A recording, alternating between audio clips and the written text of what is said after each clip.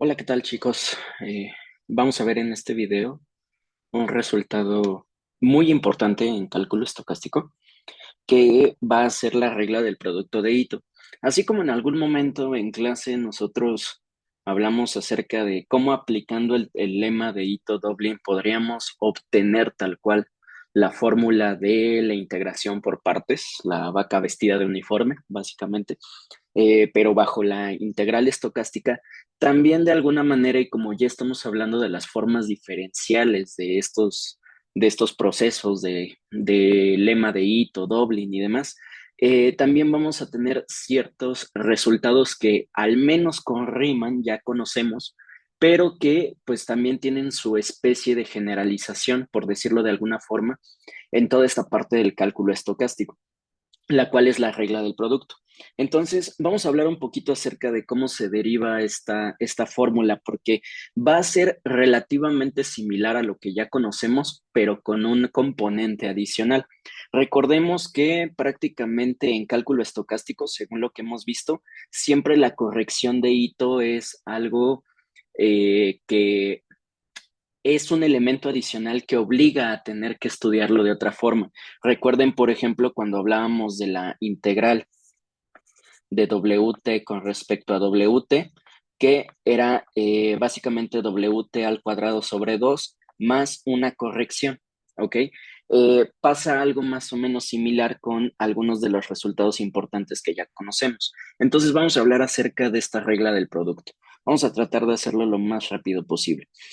Primero, para quienes todavía están perdidos respecto a qué me refiero con la regla del producto, si nosotros tenemos dos funciones de clase C1, entonces la derivada del producto de esas funciones, que es la derivada de f por g, pues simplemente se va a ver como la derivada del primero por el segundo más el primero por la derivada del segundo. Eso es algo que nos enseñan inclusive desde cálculo de la prepa, ¿vale? Entonces, vamos a hablar un poquito acerca de la explicación que hay detrás, la demostración que hay detrás de este resultado para entender qué es lo que va a pasar con los procesos de Ito. ¿De acuerdo? Entonces, lo anterior sucede, esto es nada más es un pequeño vistazo a la demostración de este resultado. Lo anterior sucede ya que si nosotros tomamos por la misma definición de lo que sería la derivada, pues tendríamos algo de este estilo, ¿no? Simplemente desarrollando el límite cuando el h tiende a cero recordemos que básicamente se puede ver la derivada como el límite cuando h tiende a cero de f de x más h menos f de x, todo esto entre h, ¿vale? Si tomamos el límite cuando lo h tiende a cero, aquí tenemos la definición de la derivada. Ahora, lo que estoy teniendo aquí es prácticamente una función, llámenle como quieran, una función L, una función M, como le quieran llamar, la cual es el producto. Entonces simplemente estoy aplicando la definición de la derivada vista como límite. Aquí la idea, para hacer un poquito más explícito el análisis, es que, por ejemplo, yo de esta fórmula lo puedo ver como esta fórmula agregando este componente que están viendo de otro color. Básicamente, esto es como si yo le sumara un más cero, ¿vale? Es obviamente un cero mañoso. Aquí, pues básicamente lo que yo voy a hacer es conjuntar esta cosa, que aquí lo estoy marcando de color, y voy a juntar esta cosa, que aquí también lo estoy marcando de color, ¿vale? La idea es que este componente en azul con este componente en azul, como pueden observar, comparten la g de x más h, mientras que los componentes en verde comparten la f de x. Simplemente agrupando y factorizando, yo puedo tener algo de lo que están viendo en pantalla. Simplemente puedo tener este límite, tal cual tengo la factorización de g de x más h, lo que ya mencioné aquí arriba, multiplicando a la resta f de x más h menos f de x, más la factorización de la f de x en lo que está en verde por la resta de g de x más h menos g de x. Todo esto dividido entre h. La idea siguiente, si lo queremos ver de cierta manera, es simplemente, como aquí tengo una suma, el límite de la suma va a ser la suma de los límites. Tengo el límite cuando h tiende a cero de este componente, más el límite cuando h tiende a cero de este componente. Y de alguna manera aquí yo ya podría concluir que el resultado final sería la g de x multiplicado por la derivada de la f, más la f de x multiplicada por la derivada de la G, ¿de acuerdo? Ahora, aquí hay una especie de maña que hay que mencionar. Aquí es relativamente directo el entender por qué esta f de x sale del límite y nada más me queda el límite de esta cosa que resulta ser la derivada de la g. Sin embargo, esta g propiamente no puede salir de aquí porque también tiene un componente h implicado. Ahora, la idea, si lo queremos ver de una manera muy simple, aunque muy mañosa, sería que si nosotros nada más analizamos esto, si la curva G se comporta de una manera suave, pues prácticamente cuando tomamos el límite, cuando h tiende a cero, pues esta cosa va a converger básicamente a g de x, se va a comportar igual. Y pues de alguna manera podríamos verlo como que el límite de esta cosa se puede ver como el producto de límites, el límite cuando h tiende a cero de esta cosa, más el límite cuando h tiende a cero de esta cosa, y es por eso que de alguna manera nosotros podríamos afirmar esta cuestión. Ahora, esto es verlo de una manera, reitero, mañosita, ¿ok? Digo, hasta cierto punto como que inclusive esta explicación relativamente básica como que no causa tanto conflicto en mi cabeza. Claro, si somos matemáticos un poquito más formales, pues claramente más de uno dirá que yo estoy diciendo salvajadas. Hay una manera un poquito más teórica de analizar justamente esta cosa. Vamos a pensar, entendiendo que ya se entendió esto de por medio, vamos a pensar que nada más voy a analizar esta cosa y específicamente nada más voy a analizar el numerador de este cociente. Entonces, ¿qué es lo que está pasando aquí? Aquí tengo un análisis que, reitero, se desprende directamente de acá. No voy a tomar como tal el límite, vamos a pensar que el límite cuando h tiende a cero está completamente implícito, ¿vale? Y de momento me voy a olvidar que todo está dividido entre h, aunque vamos a pensar que implícitamente va a estar ahí. Entonces, vamos a analizar, reitero, lo que está en el numerador sin tomar en cuenta ni la h ni el límite. Nada más vamos a tomar en cuenta lo que está en el numerador. El numerador en cuestión es esta cosa, que aquí la idea es que voy a volver a aplicar un trucazo que sería a este componente g de x le voy a sumar un cero, visto de la manera menos g de x más g de x, ¿de acuerdo? ¿Qué va a pasar con esto? Bueno, como están viendo en pantalla, tengo la misma expresión que tengo aquí arriba, solamente que estoy sumando este cero a este componente. Y entonces, lo único que voy a hacer es agrupar este término, ¿vale? Multiplicándolo por este y voy a separar este término multiplicándolo por este. Cuando yo hago todo eso, la idea va a ser la siguiente. Aquí me va a quedar g de x más h menos g de x, que sería esta parte que a mí me quedó multiplicado por la diferencia de f de x más h menos f de x, ¿de acuerdo? Después me va a quedar más la g de x multiplicado por esta cosa, que es lo que tengo aquí, más la f de x multiplicado por esta diferencia, que es lo que tengo aquí. Entonces, si se dan cuenta, de esta forma, yo agregando este cero mañosito, prácticamente olvidémonos de esta cosa ahorita voy a explicar qué es eso. Me queda ya la suma de g de x más la diferencia más f de x por la diferencia, ¿de acuerdo?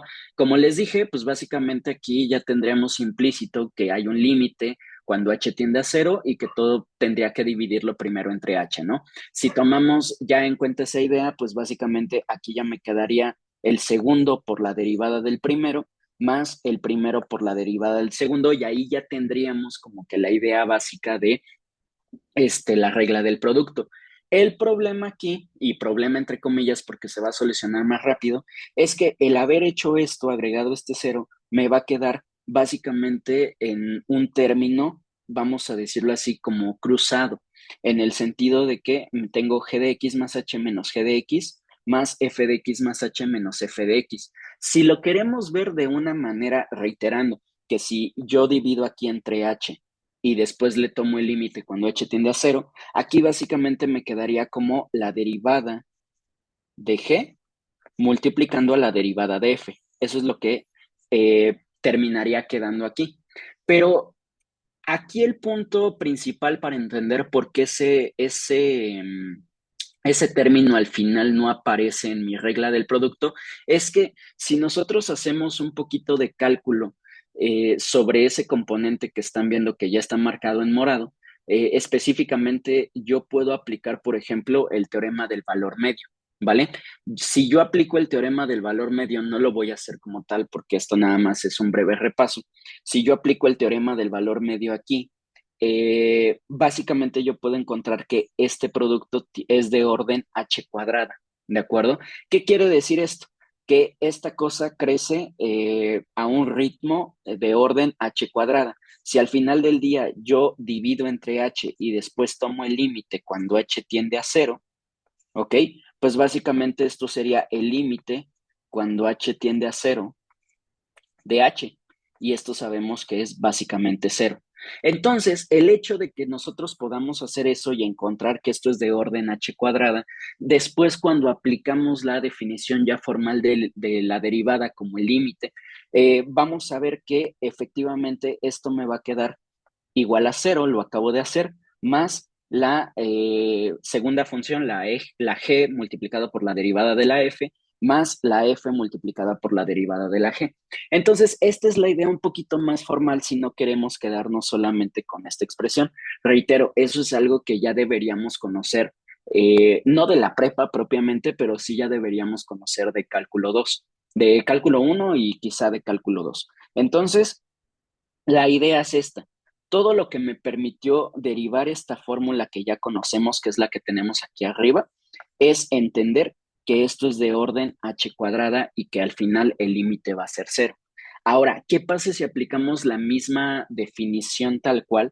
O más bien, si aplicamos la misma idea, pero ahora a una función xt y a una función y de t. Esto es como si básicamente fuera mi f y esto es como si básicamente fuera mi g.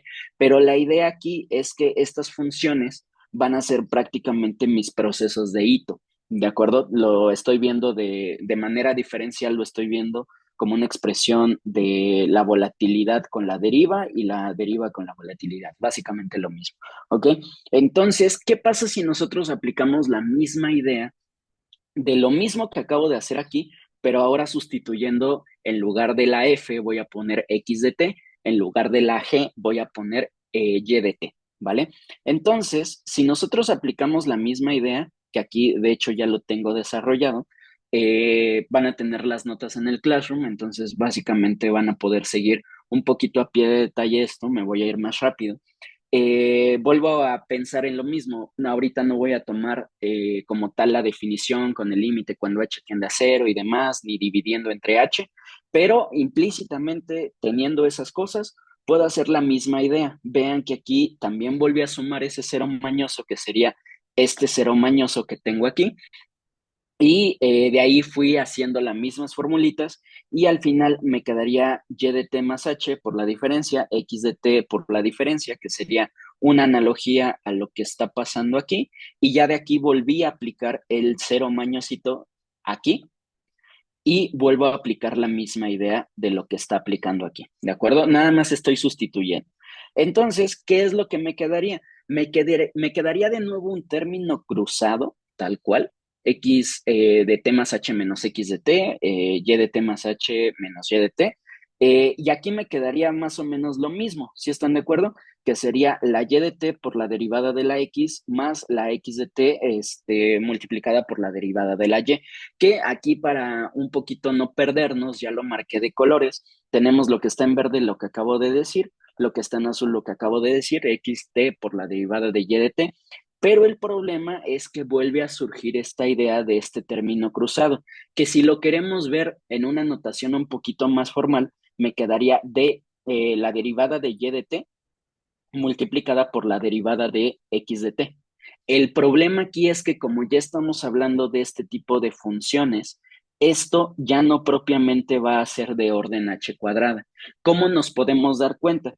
Si se dan cuenta, pues aquí yo ya tengo la expresión de x de t, que sería esta, ¿vale? Y aquí yo también ya les estaría dando la expresión de la derivada de y de t, que sería la que acaban de ver. Entonces, si ustedes prácticamente hacen el producto, desarrollan el producto de estas dos cosas, hacen términos cruzados y demás, se van a dar cuenta que básicamente va a llegar un punto en que si ustedes desarrollan esto, les va a quedar algo b1, b2 por la derivada de wt al cuadrado, ¿ok? Ya sabemos cuánto vale esto, que esto básicamente se puede ver como b1 por b2 por dt.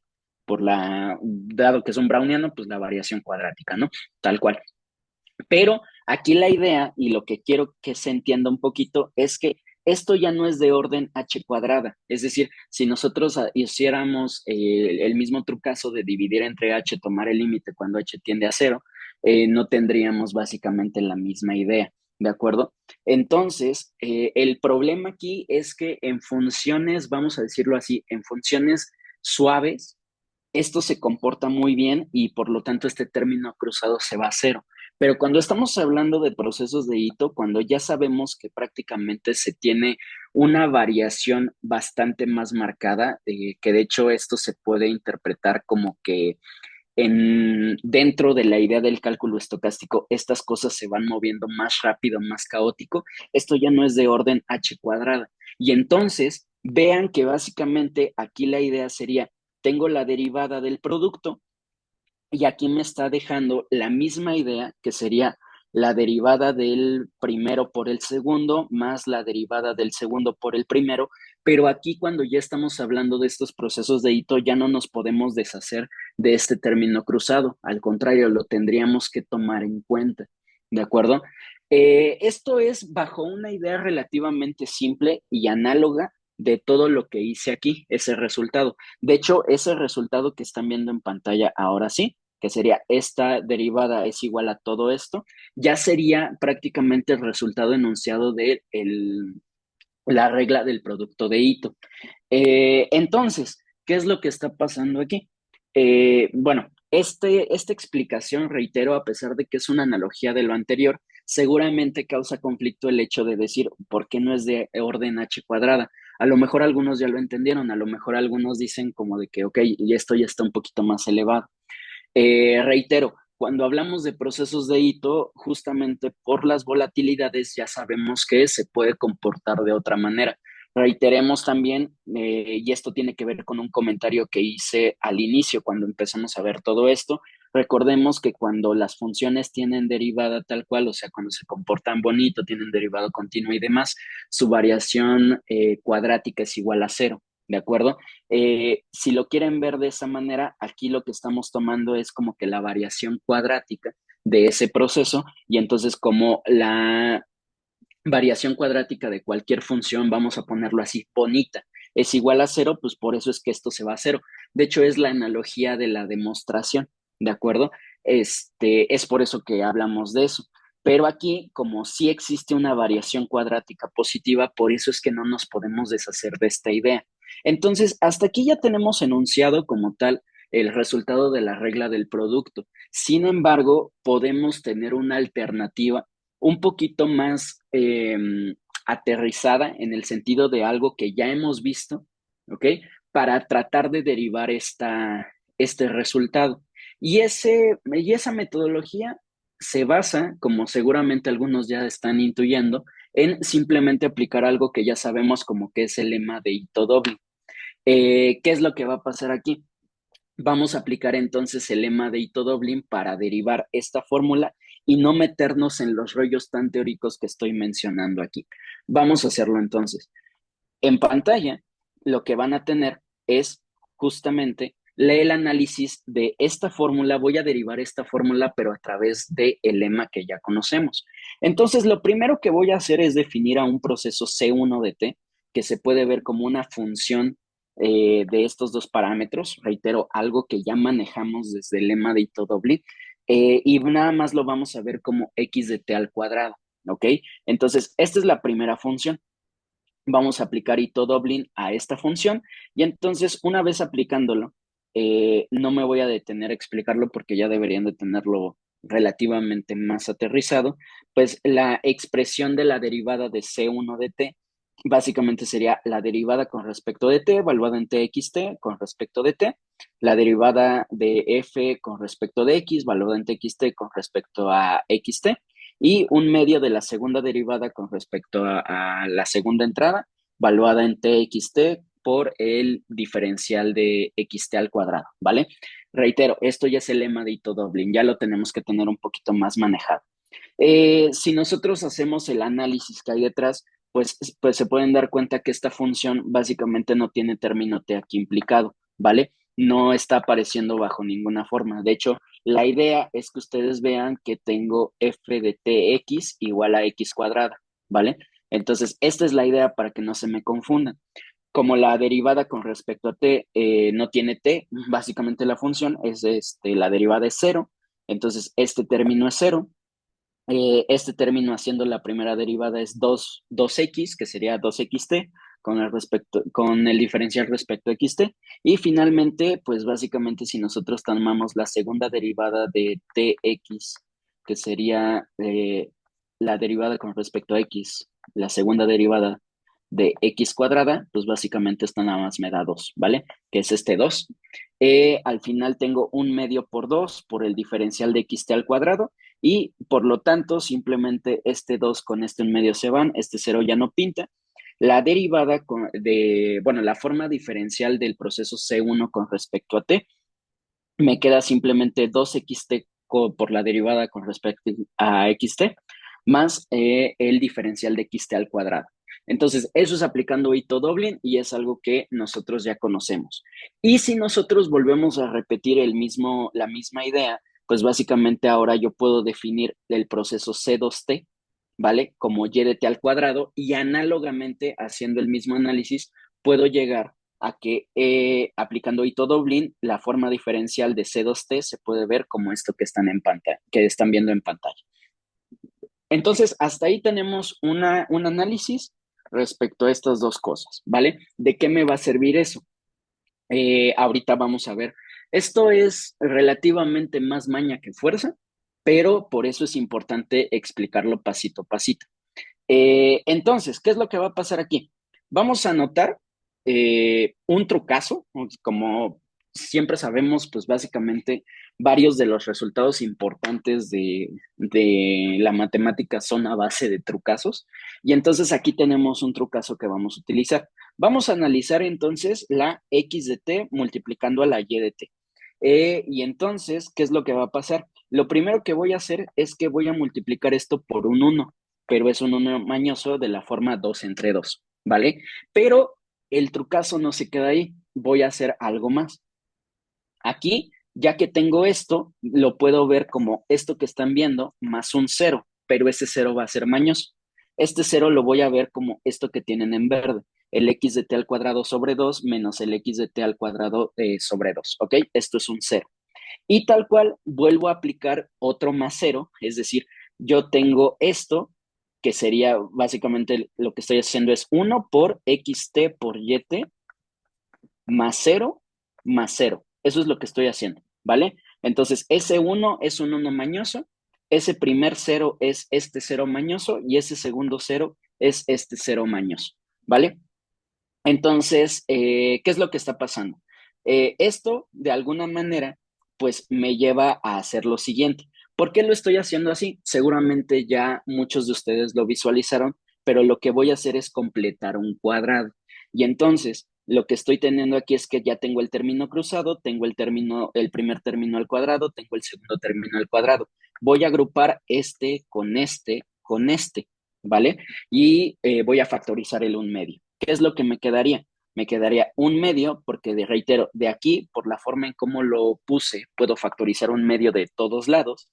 Y entonces me quedaría 1/2 por el término cruzado multiplicado por 2, que sería este, más el primer término al cuadrado, más el segundo término al cuadrado. Aquí los tengo. Obviamente me queda el remanente de menos x cuadrada t, bueno, menos xt cuadrada, mejor dicho, menos y de t cuadrada, que es lo que tengo aquí. Pero la idea, reitero, es que de aquí yo puedo factorizar, más bien, yo puedo ver este trinomio como un binomio al cuadrado, simplemente lo voy a factorizar de esa forma, ¿ok? X de t más y de t, todo esto al cuadrado, me queda obviamente el menos x de t cuadrada menos y de t cuadrada, tal cual, y entonces todo esto me quedando multiplicando por 1/2. Entonces, de aquí se basa todo el trucazo, porque entonces lo que yo acabo de encontrar a partir de sumar dos ceros mañosos y multiplicar por un 1 mañoso, es que la x de t se va a ver como este resultado que están viendo en pantalla. Se va a ver de esta manera. Y entonces, ¿qué es lo que está pasando aquí? Ya que lo tengo visualizado de esta manera, pues básicamente lo que yo voy a aplicar, entendiendo que lo que quiero demostrar es esta fórmula, aquí tengo el producto. ¿Por qué estoy haciendo el análisis sobre el producto? Porque una vez que tenga visualizado esa maña de ver cómo se ve ese producto, le voy a aplicar el diferencial, que es justamente lo que van a ver aquí en pantalla. La idea es que, reitero, yo ya tengo una expresión mañosita de la x de t por y de t, que sería esta cosa, le voy a aplicar el diferencial y básicamente aplicando propiedades de la diferencial, que es, vamos a verlo de esa manera, es distributiva, pues me quedaría un medio por la derivada de esto, menos la derivada de esto, menos la derivada de esto, ¿vale? Entonces, reitero, ese es el trucazo importante que hay que aplicar. Y entonces veamos lo que queda. De esta expresión que están viendo en pantalla, si se dan cuenta, yo ya tengo este y yo ya tengo este, porque es lo que yo expliqué al inicio con el lema de Ito doble. Tenía d de c, la diferencial de C1t, que básicamente esto se puede traducir como la diferencial de xt al cuadrado, y la diferencial de C2t, esto se puede interpretar como la diferencial de y de t al cuadrado, ¿vale? Entonces, esta es la idea y por eso es que lo hice. Lo único que me restaría pensar es cuánto va a valer esto.